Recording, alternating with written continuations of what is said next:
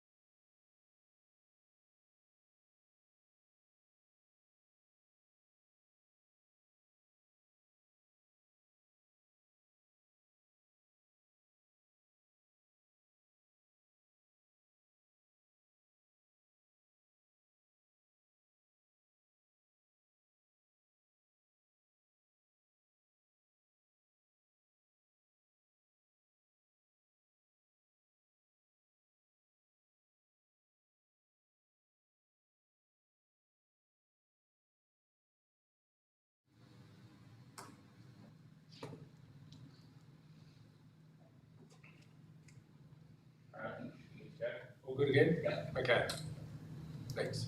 In terms of capital grants, Council has now received approval for its program of projects for Western Queensland, the drought funding at Wreck Precinct, and also recently the local roads and community infrastructure program projects were approved. In terms of cash balance, 1st of July is $125.5 million. That's greater than our opening forecast due to the effect of capital program from last year. We're expecting the cash balance to increase during August with obviously the receipt of rates over that month, and then thereafter it'll come down as we start to deliver some capital program. Rates outstanding at 31st of July, 83.8 million. That's obviously after the levy was issued. Currently, the team's done an analysis of where we are in terms of the rate debt as of yesterday compared to the same time last year. We're about 3.3 million behind. So that's obviously primarily due to the soft debt recovery process that Council has agreed to undertake. That will obviously be something we'll need to consider when that moratorium and interest is lifted in the second half of this financial year. And the other thing I just wanted to highlight there were that there were a number of overdue accounts that were settled during the month of July, so the number of accounts there has decreased quite a bit to 62. That's all in terms of the financial summary. If there's any questions. Thanks, Simon. Questions or comments? No? Very thorough. Capital reprovisioning? Yep. So, councillors, the report here is in relation to capital reprovisions from last year into this year. Doesn't result in any new projects. It's purely a update in terms of the timing and delivery of projects. So it's just where projects were not completed last year, we've added them to this year's budget, and conversely, if projects were ahead of schedule last year, we've reduced the amount required to be spent in this year. This doesn't have an impact on Council's current operating budget. It does, however, have an impact on, or a minor impact on, future forecasts. That being said, we've still got positive operating results in the forward 9 years. Overall, the capital expenditure has increased by about 15.2 million to a total of 106 million, and some of the significant projects that have been carried forward are listed there. Vintage Streetscape delivery of those fleet items, a lot of which have already been received by council during July. The other thing I wanted to point out was that the legislation dictates that we're required to represent the revenue policy revenue statement with any budget amendment. Those are included in the pack and remain unchanged from that what was adopted in June.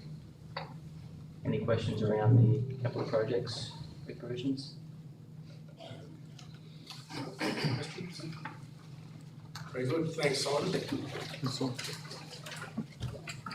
Next one's the Christmas close down dates. Chris.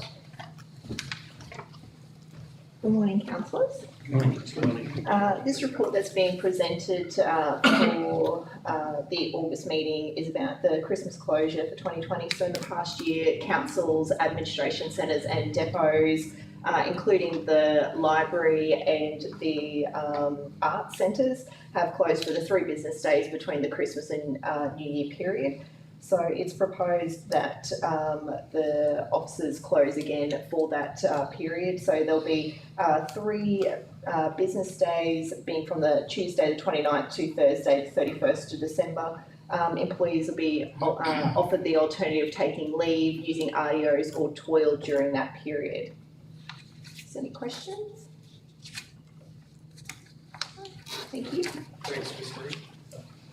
Mr. CEO, before you go on to the next one, I am going to declare a conflict of interest in that at the meeting. I will declare it here this morning because during the bulk of the report, Cane Railways are mentioned in that report, and I am a shareholder of Leicester Central Mill, as is my wife.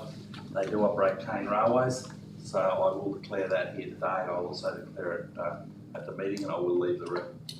Thank you, Councillor Connor. So Evan, do you? No? You.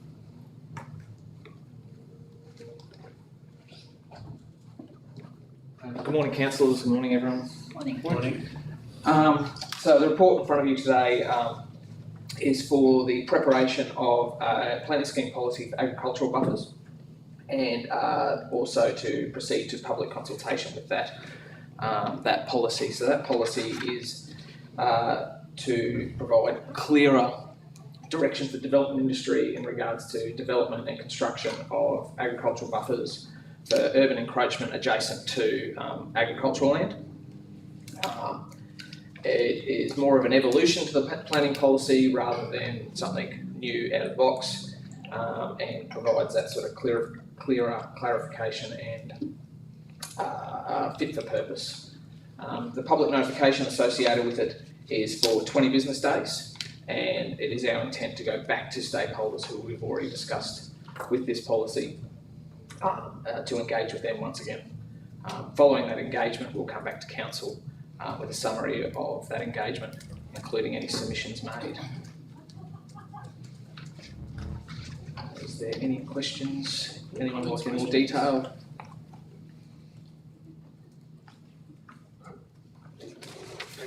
Thank you, councillors. The next one's the request for funding for the Variety Bash, Gav. Yeah, thanks.